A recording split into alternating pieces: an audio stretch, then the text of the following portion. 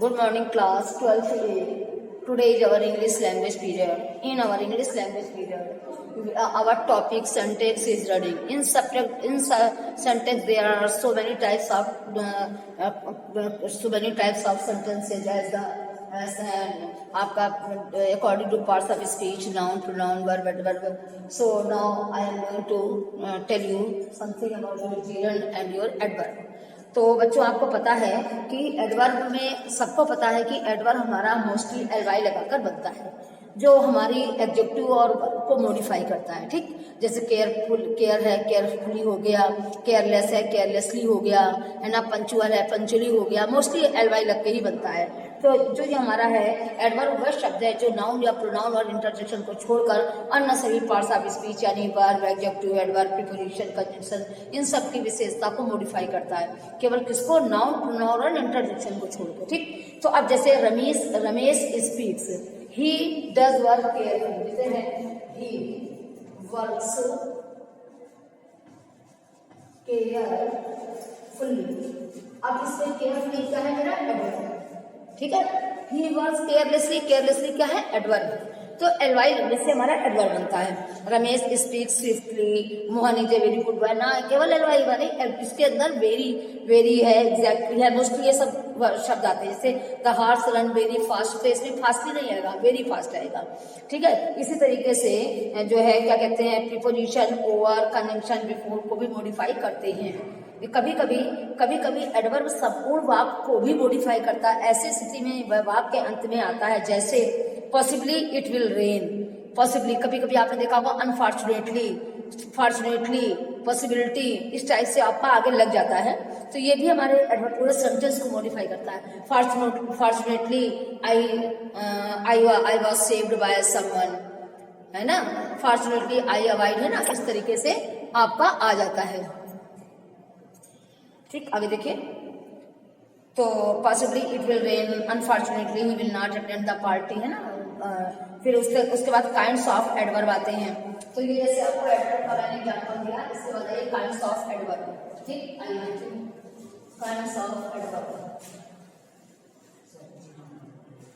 हाँ, तो बच्चे देखिए अभी हमारा पहले जीरण चल रहा था, है ना।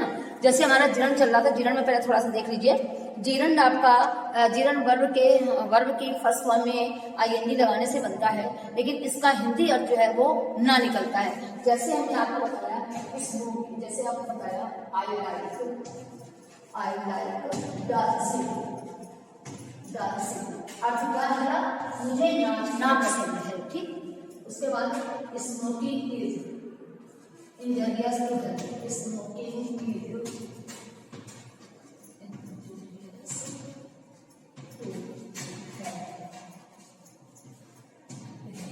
आई लाइक डांसिंग, मुझे नाचना पसंद है। Smoking is injurious to health, धूम्रपान करना स्वास्थ्य के लिए हानिकारक है। ये देखिए बाद में आया तो जीर्ण कराया, ये पहले आया तो जीर्ण कराया, कोई फर्क नहीं है। आपको जब हिंदी अर्थ निकालती हो तो ना करके आएगा।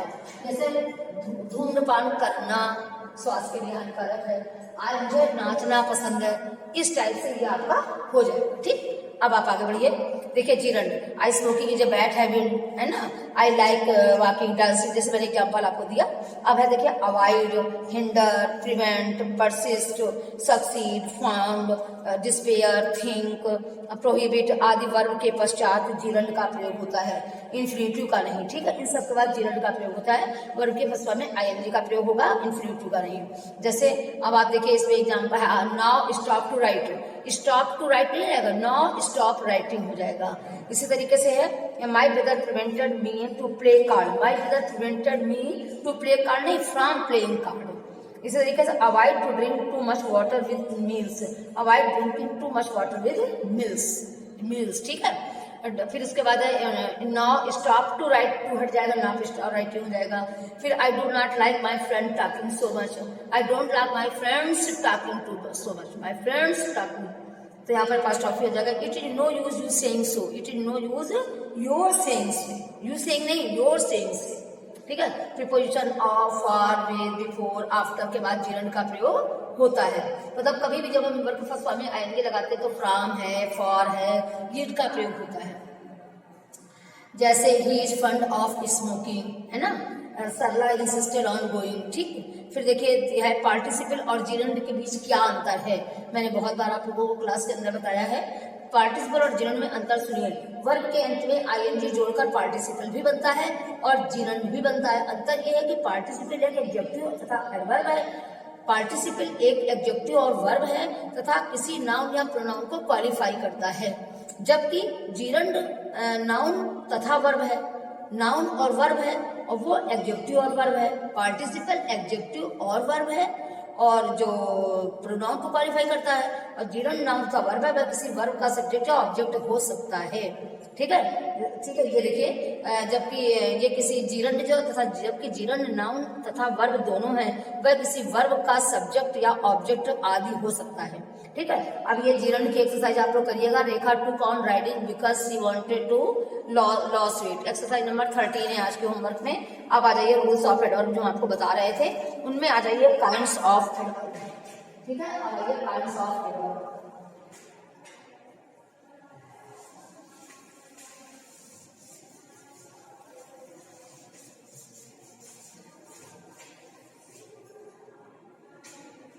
काइंड्स ऑफ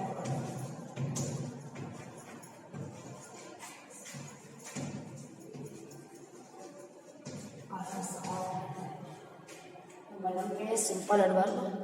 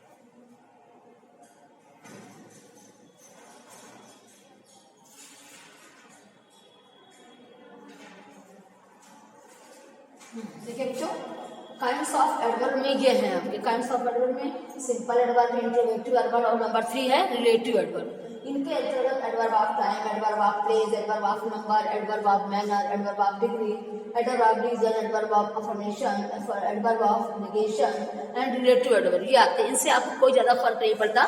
आपको सेंटेंस दिए होंगे, आपको उन्हीं में से छांटना होता है। जैसे समय बताता है, आपको एग्जाम्पल जैसे दे रहे हैं, जैसे रिलेटिव एडवर्ब, जैसे आपको सपोज जैसे अपने पहला वाला बताया आपका सिंपल एडवर्ब, जैसे आई केम लेट, सिंपल सेंटेंस हो जाएगा। फिर है इंट्रोगेटिव में आपको पता है इंट्रोगेटिव क्वेश्चन मार्क लगेगा, दूर से पता चल जाएगा। रिलेटिव एडवर्ब में आपको पता जैसे कि I know the time when he will come, I know the reason why he is weeping, तो आपको पता है इसके बारे में, इसलिए आपको रिलेटिव एडवर्ब हो जाएगा। एडवर्ब ऑफ टाइम जैसे कि I have known him before, मैं उसे पहले से जानता हूँ, तो समय बता रहा है। फिर adverb of place, he come here, वो यहाँ आया, गो देयर, वहां जाओ, ये स्थान के बारे में है। एडवर्ब ऑफ नंबर है कि ही हैज कम अगेन, वो फिर आ गया। He speak the truth always, वो हमेशा जो बोलता है। तो ये सब आपको फ्रीक्वेंसी बता रही, बार बार बताइए। एडवर्ब ऑफ मैनर जैसे he runs fast, he works clearly. Adverb of degree हो गई, इसमें आपका he is quite wrong, he is too weak to walk, degree हो गई आपकी। Adverb of reason, he therefore lost the chance, उससे इसीलिए समय खो दिया, है ना।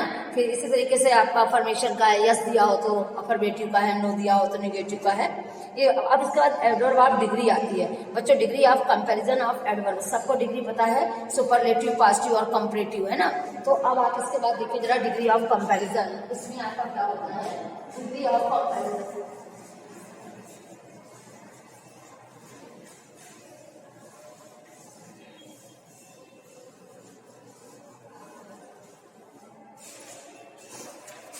डिग्री ऑफ कंपैरिजन, इसमें आपको देखिए क्या है कि डिग्री ऑफ कंपैरिजन में आपको सबको पता है, fast faster, faster, strong stronger, strongest, weak weaker, weakest, ये तीनों प्रकार की डिग्री हमारी होती हैं। और फिर इनमें क्या होता है, पॉजिटिव, कंपैरेटिव, सुपरलेटिव, ठीक है ना। कुछ एडवर्ब के डिग्री का कंपैरिजन के उपयुक्त नियम लागू नहीं होते, जैसे फार, फार्दर, फार्देस्ट है, लेट, लेटर, लेटेस्ट है ना। फिर पोजीशन ऑफ एडवर्ब, जैसे राम, एडवर्ब को जितना संभव हो सके उस शब्द के पास ही रखना चाहिए, ठीक है, जिससे वो मॉडिफाई करता है, नहीं तो इसका अर्थ बदल जाता है। जैसे Ram has also decided to visit the Red Fort, Ram has decided to visit the Red Fort also, जिसके लिए जैसे एक सेंटेंस है हम आपको बता रहे हैं, जैसे रवि हैज आल्सो डिसाइडेड, देखिए position of adverb, position of adverb.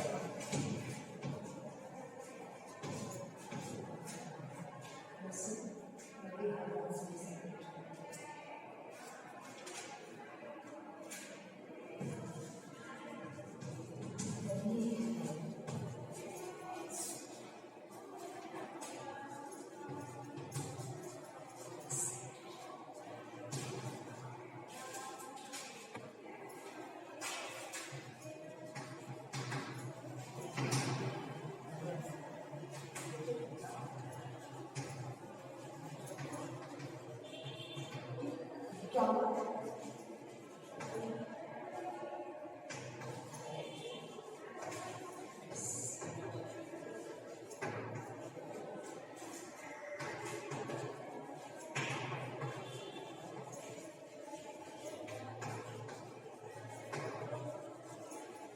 अब ये देखिए बच्चे इस सेंटेंस में रवि हैज आल्सो डिसाइडेड, क्या है, Ravi has also decided to visit the Red Fort. क्या कहा कि जब भी हमें कंपैरिजन ऑफ डिग्री जो है, जब भी कोई एडवर्ब है हमें, वो हमेशा हमें किसके पास होना चाहिए, उस शब्द के पास ही रखना चाहिए जिसके बारे में वो कहा जा रहा है, जिसको मॉडिफाई कर रहा है, नहीं तो उसका अर्थ बदल जाता है।